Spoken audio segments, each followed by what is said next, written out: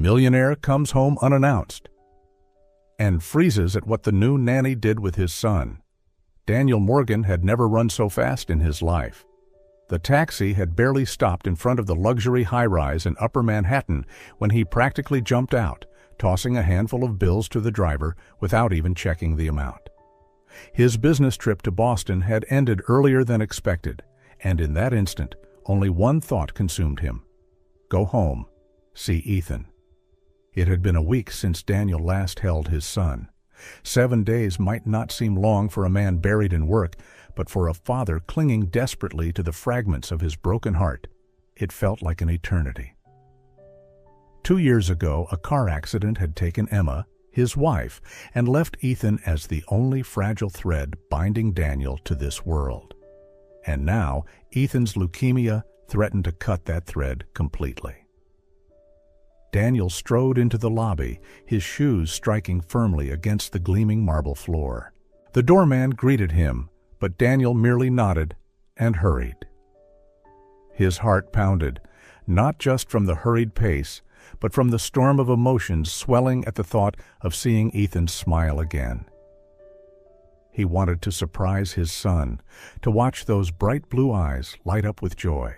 Each step echoed, matching the rhythm of his racing pulse. When he stopped in front of the heavy wooden door, he froze. From inside, he heard laughter, Ethan's laughter, but mingled with it was another sound, a woman's voice, warm and melodic, one he had never heard before. He leaned closer, listening. The laughter continued, rich and unrestrained, ringing through the otherwise silent hallway. In that moment, Daniel's chest tightened. How long had it been since he'd heard Ethan laugh like that? Since Emma's death, and through the endless months of treatments, such laughter had become rare, as precious as gold. He drew a deep breath, excitement and dread tangling within him. He wanted to burst in, scoop Ethan into his arms, but another part of him wanted to savor this moment, to let his son's joy wash over him from a distance. Deep inside, he hoped that when he opened the door, he wouldn't just see his frail child, but a spark of hope, something he himself had lost long ago. Daniel's hand gripped the doorknob, trembling slightly. Part of him feared that stepping inside would shatter the fragile laughter. But another voice urged him forward. This was the moment. Slowly, he turned the handle, his heart locked in his chest. Daniel turned the doorknob slowly, hoping to slip inside without breaking the sweetness of the moment within. But within seconds, the sight before him dragged him into an emotional free fall. Inside the room, decorated with superhero posters, Ethan sat on his bed, wearing his familiar blue Superman t-shirt. In front of him stood Claire Bennett, the young woman who had only recently begun working in their home. But what she was doing made Daniel freeze in disbelief. Claire wore the simple uniform of a caregiver, a light blue dress with a white apron. In her hands was an electric clipper. Yet instead of using it on Ethan, Claire was shaving her own long brown hair. Locks fell to the floor, pooling around her feet like petals sacrificed for a higher cause. Ethan watched her with shining eyes, cheeks flushed with excitement, his small hands clapping eagerly. "There we go, my little Superman soldier," Claire said, her voice trembling slightly but filled with determination. She ran a hand across her freshly shaven scalp and broke into a wide smile. "Now we truly look the same." Ethan burst into laughter, bright and unrestrained. The sound filled the room, pure and radiant, and Daniel realized he hadn't heard his son laugh like that in months. The boy clapped with delight, his eyes sparkling as if galaxies danced within them. "Miss Claire, you're amazing. Now you're a superhero just like me." Claire knelt down in front of Ethan, gently holding his tiny hands. "No, Ethan, you're the real superhero here. I'm just your special assistant." Daniel stood frozen at the doorway, his suitcase slipping from his grasp and hitting the floor with a dull thud. His heart shattered and mended all at once. Who was this woman? Why would she do something so drastic for his child? In just 3 weeks, how had she become such an anchor in Ethan's fragile world? He tried to hold it back, but tears streamed freely. For 8 long months since Ethan's diagnosis, Daniel had seen countless sympathetic glances, perfunctory reassurances from doctors, nurses, relatives. Yet never had anyone made such a bold, spontaneous gesture overflowing with love. Claire suddenly turned, perhaps sensing his presence. Her deep green eyes locked with his. For an instant that stretched into eternity, Daniel saw gentleness, strength, and a hidden sorrow reflected there. But what struck him most was not embarrassment at being caught, nor fear of his reaction. It was the tender smile on her lips and the solitary tear tracing down her cheek. Daniel could hardly breathe. In that moment, he no longer saw an ordinary caregiver. He saw a miracle, standing in the very room where his son had been fighting for hope. It took Daniel several seconds to find his voice again. He stepped inside, his feet heavy, his eyes fixed on the woman who had just sacrificed her hair before his son. Why? It was all he could manage, his voice hoarse. Claire slowly rose to her feet. Though she kept a gentle smile, her cheeks flushed pink, and her fingers tightened around the now silent clipper. She lowered her gaze for a moment, as if gathering the courage to speak. "Mr. Morgan," she began, her voice trembling slightly. "When I first walked into this house, I saw a sadness in Ethan that pierced me to the core. I recognized it because I knew it myself. The feeling of being stared at with pity, of being set apart because you look different. I knew it because I had lived it." Daniel's brow furrowed, but his eyes softened. Claire drew a deep breath. "I had a younger brother, Michael. He was diagnosed with leukemia when he was just 17. Our parents were gone by then, so I became his primary caregiver. I spent nights in the hospital with him, surrounded by the smell of medicine and the hum of machines. I watched his hair fall out in clumps. And one day, I shaved my own head so he wouldn't have to feel alone." The story spilled into the room, pulling Daniel into a world he had never imagined. Claire lifted her eyes to his, the green depths veiled with old sorrow. "Michael passed away after 2 years of fighting, but I never forgot his smile when he saw me look just like him. Not a sick, isolated boy anymore, but part of a pair. When I look at Ethan, I see Michael again, and I can't stand by and watch this child carry a weight no child should ever bear." Daniel listened, his heart aching with every word. Suddenly, every gesture, every word of Claire's carried new meaning. She was no longer just a temporary caregiver, but a soul marked by loss, carrying her old scars to shield his son. He stepped closer, quietly. "But why shave your hair? There are other ways you could have shown support." Claire gave a faint smile, her eyes shimmering with tears. "You don't understand. Ethan doesn't need another person telling him, 'You're strong,' or 'It'll be fine.' He needs to look at someone and see that different doesn't mean shame, that a bald head isn't weakness. It's a superpower. If I can help him feel less alone, even just a little, then giving up my hair means nothing." Silence filled the room. Daniel felt something inside his chest break apart, and then, almost immediately, warmth seeped in. He had never met anyone willing to make such a simple yet powerful gesture. He looked at Claire for a long time, and for the first time in many dark months, Daniel felt the faint glimmer of hope.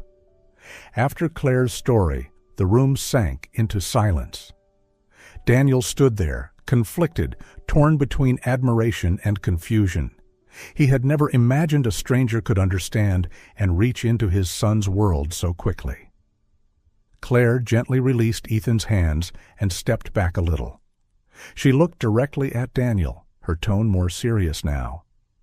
"Mr. Morgan, there's something I need to tell you. Ethan doesn't look like the children I've seen in the final stages of leukemia." Daniel frowned. "What do you mean?" Claire took a deep breath. For the past 3 weeks, I've observed every detail. Ethan runs more than I expected. He climbs stairs without resting. His reflexes are sharp, his coordination strong. His skin has color, his eyes shine. I don't see the signs I once knew, unexplained bruises, bleeding gums, or exhaustion so deep it crushes you. I saw all of that with my brother, but not with Ethan. Daniel stayed silent, his fists clenching. He remembered recent days. Yes, Ethan still laughed, still tried to play when he thought no one was watching. But Daniel had always assumed it was his son's last joy, a flicker before the storm. "You're telling me my son isn't as sick as the doctors say?" His voice trembled. Claire nodded slowly. "I can't claim certainty, but I believe there's either a mistake or something missing. Ethan may not be in the critical state you've been told. What matters is getting a second opinion from a completely independent doctor." Daniel let out a hollow, bitter laugh. "Do you know how many doctors I've seen? Over 15 specialists. Every one of them said the same thing: terminal stage." "And you believe them because they're doctors," Claire replied softly, her gaze unwavering. "I'm not saying they're all wrong, but I know what a child's body looks like when it's shutting down. Ethan doesn't look like that.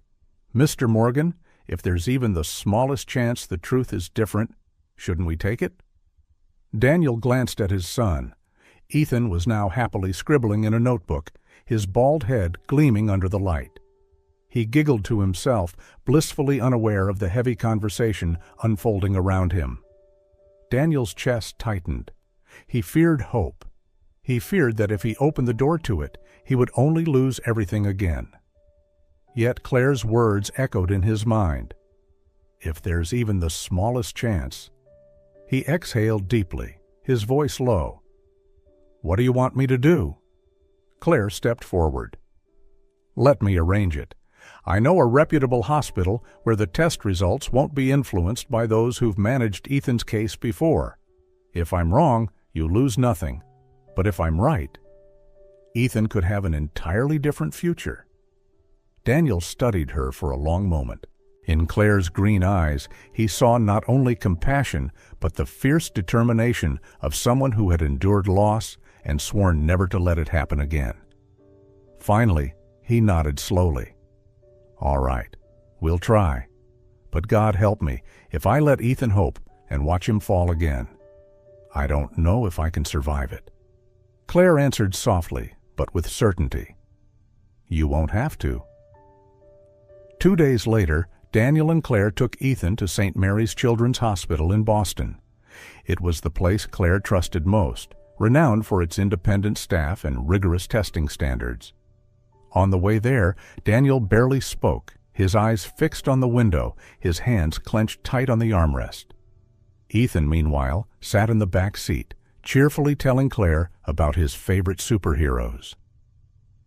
In the waiting room, when the nurse called his name, Claire squeezed Ethan's hand and whispered, "Think of this as an adventure, just like in your comics."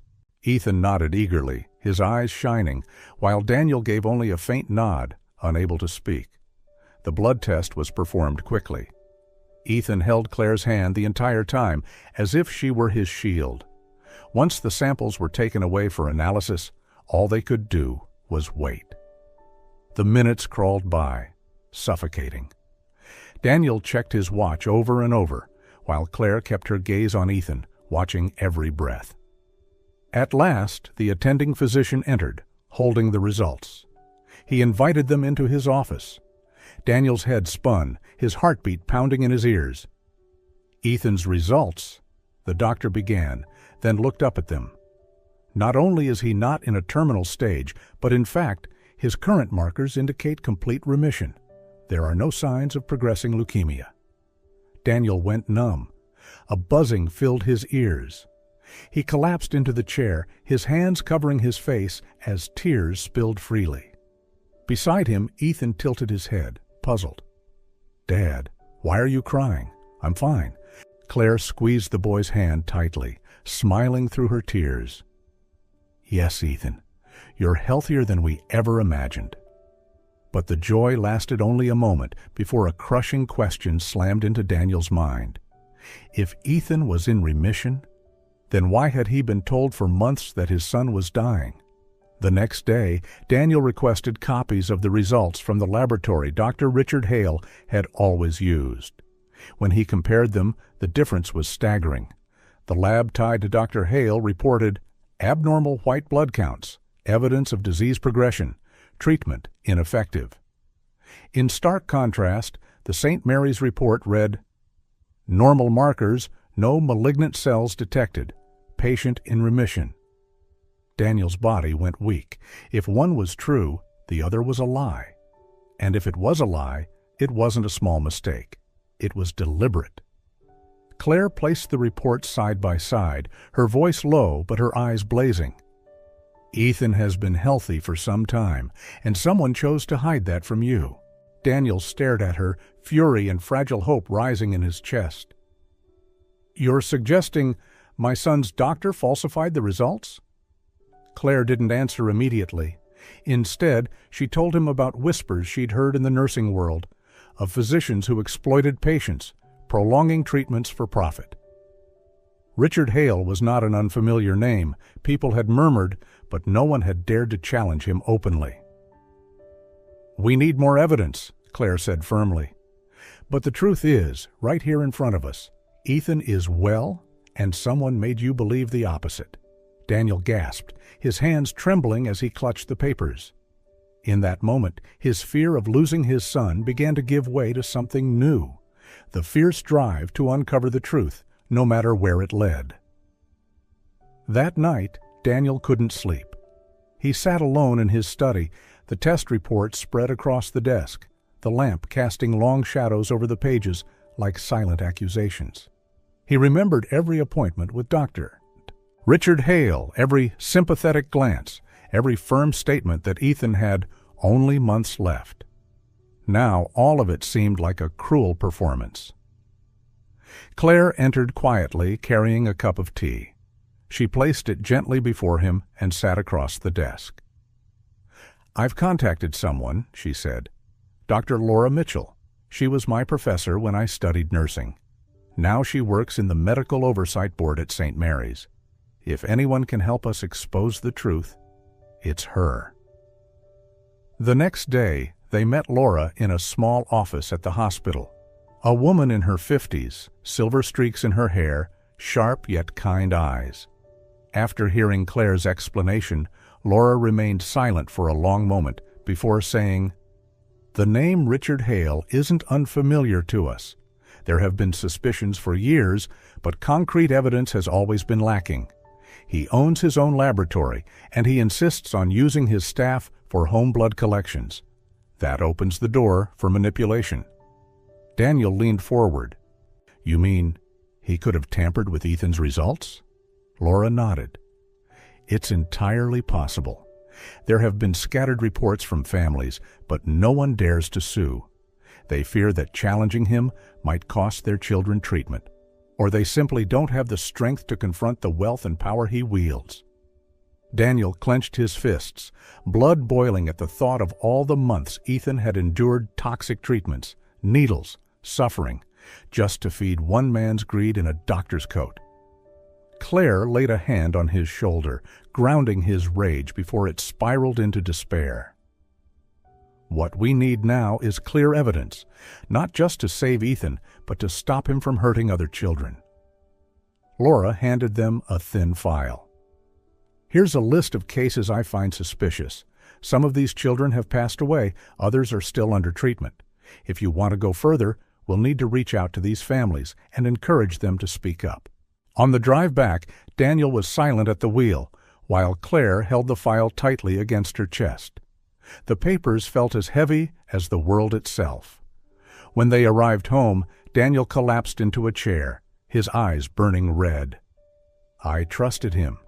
I put my son's life in his hands. And now? His voice broke, unable to continue. Claire sat beside him. You're not at fault. He preyed on your trust, But now we have a chance to turn this around. We're not just fighting for Ethan, we're fighting for every other family." Daniel lifted his gaze to her.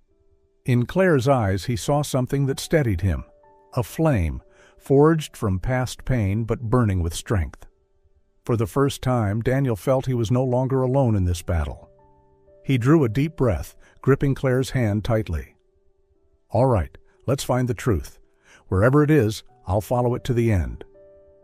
News that Daniel had taken Ethan to St. Mary's didn't take long to reach Dr. Richard Hale. One morning, as Daniel was preparing breakfast for his son, the phone rang. The caller ID displayed Dr. Hale. Daniel picked up, his voice carefully steady. "Mr. Morgan," the doctor's voice came through, colder than his usual friendly tone. "I hear you took Ethan to another hospital. Do you realize how dangerous that is for a terminal patient?" Daniel's grip tightened on the phone. "You're wrong.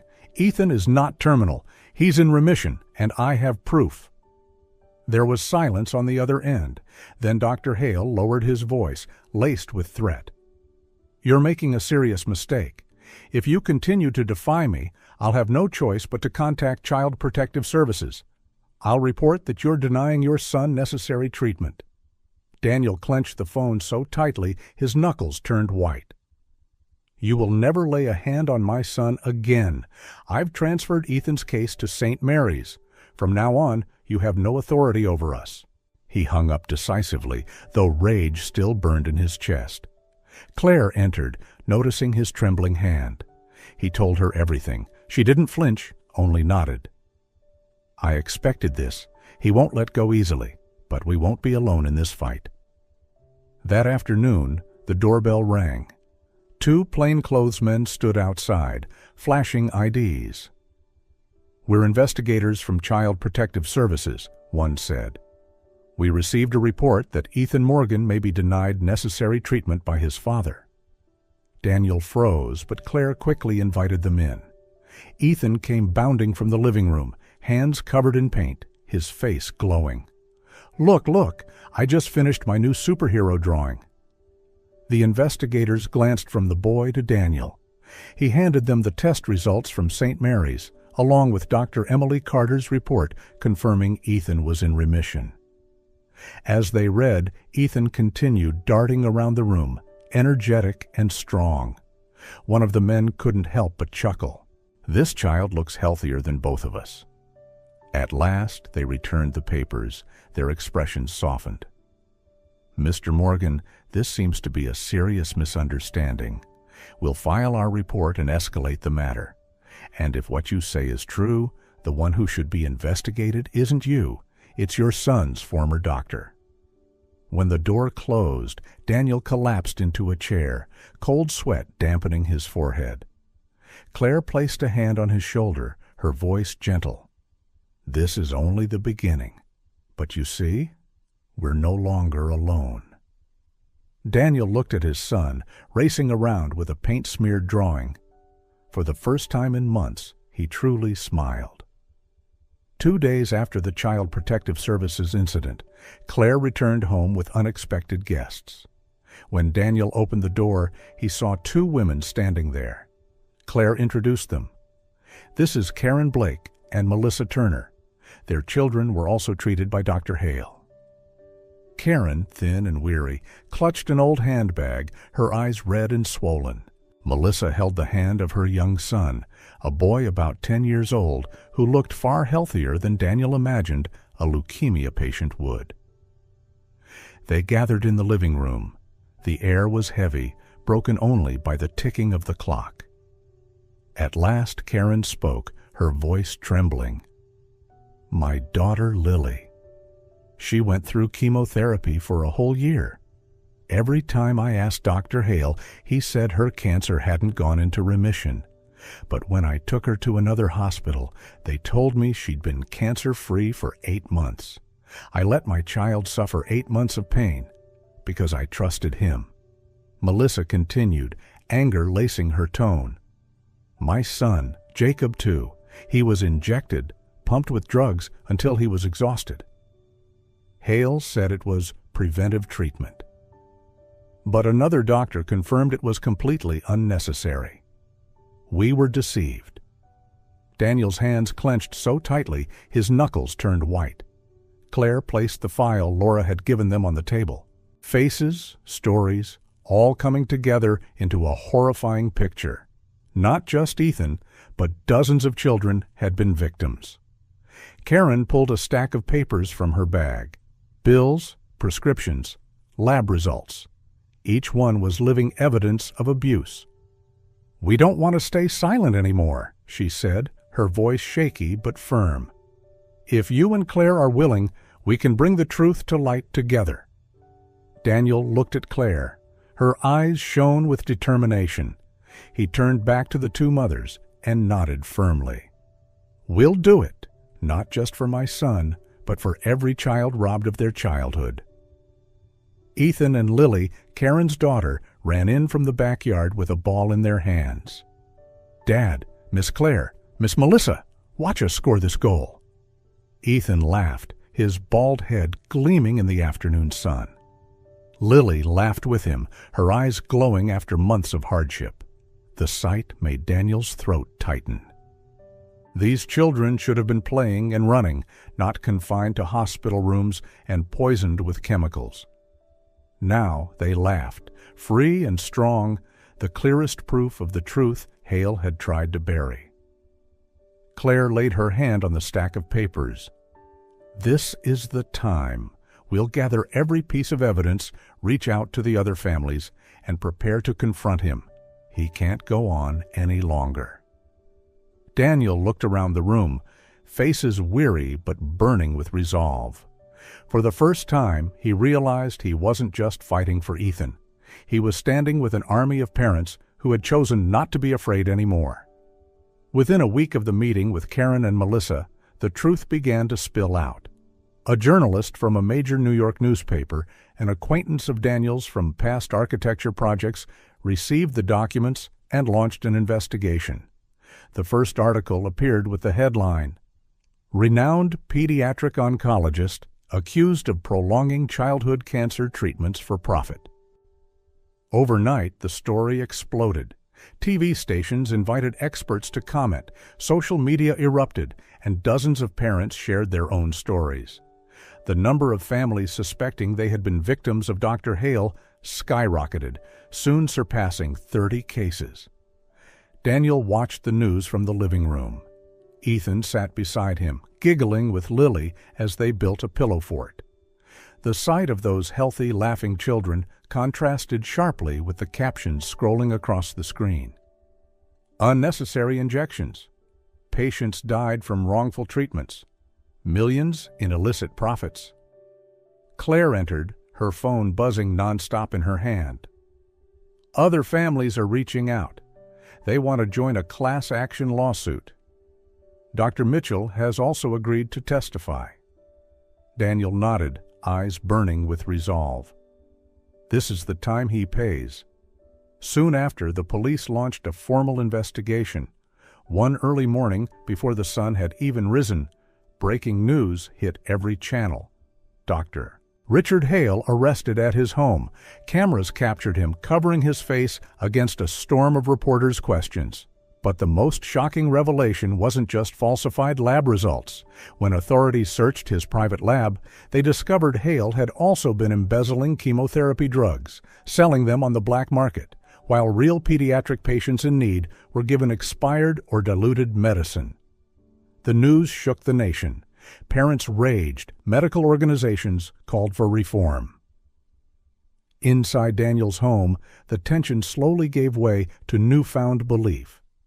One evening, while watching the news, Ethan suddenly turned to ask, "Dad, does this mean I don't have to do chemo anymore?" Daniel pulled his son into his arms, whispering, "No, Ethan, you're free now, and you'll never have to go through that again." Claire watched father and son, her eyes glistening. She knew the legal battle was far from over, but this moment was their first true victory, the triumph of truth over darkness. The media storm had not yet settled, but inside Daniel's home, the atmosphere was entirely different. Ethan, once a child living in fear of illness, was now eagerly making a list of things he wanted to do. "Dad, I want to go back to school. I want to play soccer, and I want a big birthday party," Ethan said, his eyes shining brightly. Daniel laughed and pulled his son into his arms. "You'll have all of that. You'll get to be a normal kid, Ethan." One afternoon, Karen brought her daughter Lily to Daniel's house. In the little girl's hand was a small suitcase. Karen sat on the couch, her voice breaking.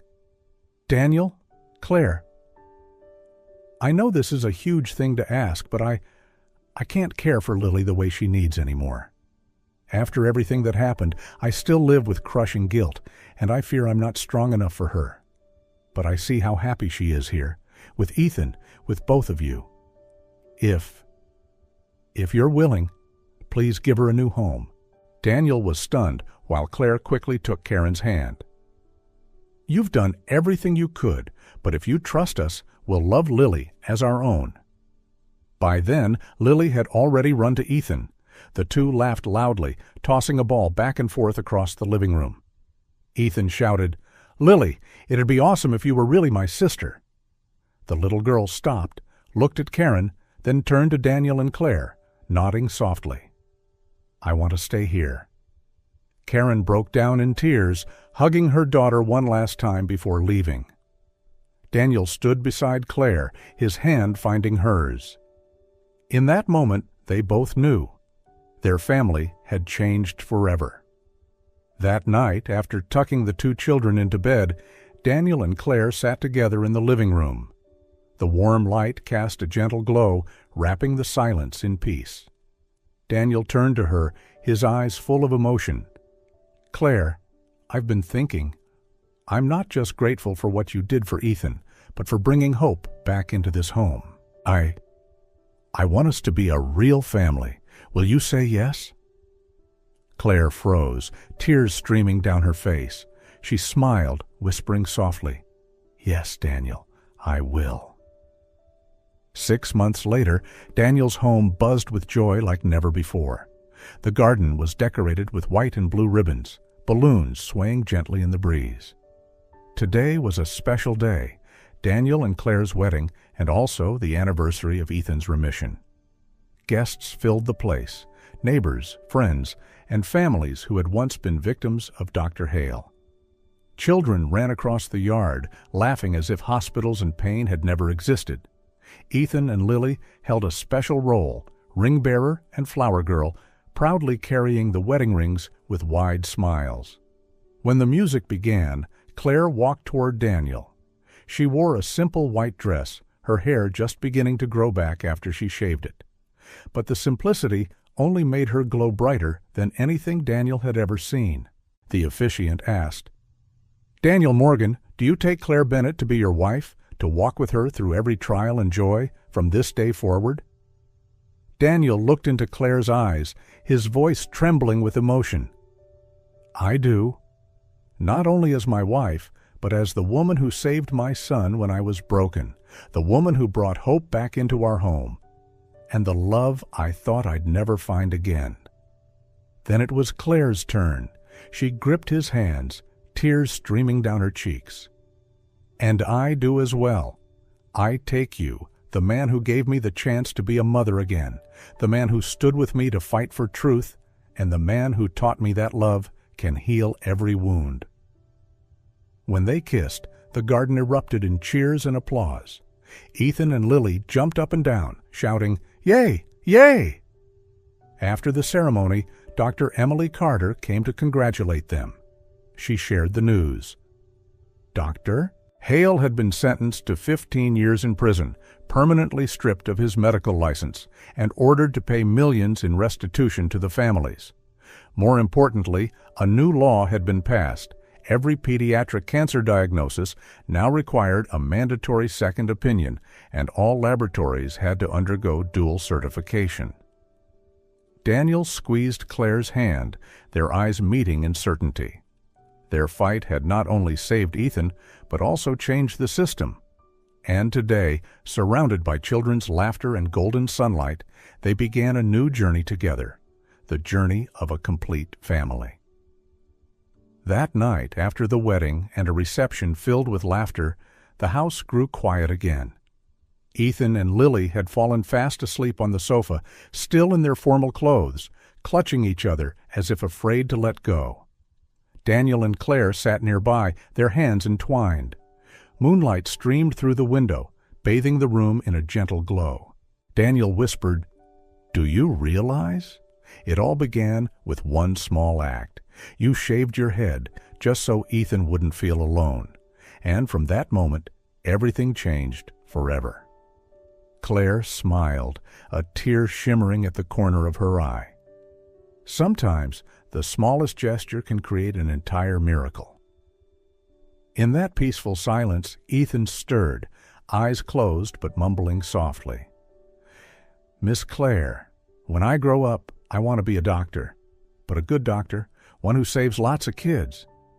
Daniel and Claire exchanged a glance, their hearts warmed. Claire bent down, kissed the boy's forehead, and whispered, "You can be anything you want to be, Ethan. Anything." And so, the story that began with a medical lie ended with a beautiful truth, that love and compassion can create miracles, not only saving one child, but changing the lives of many families forever.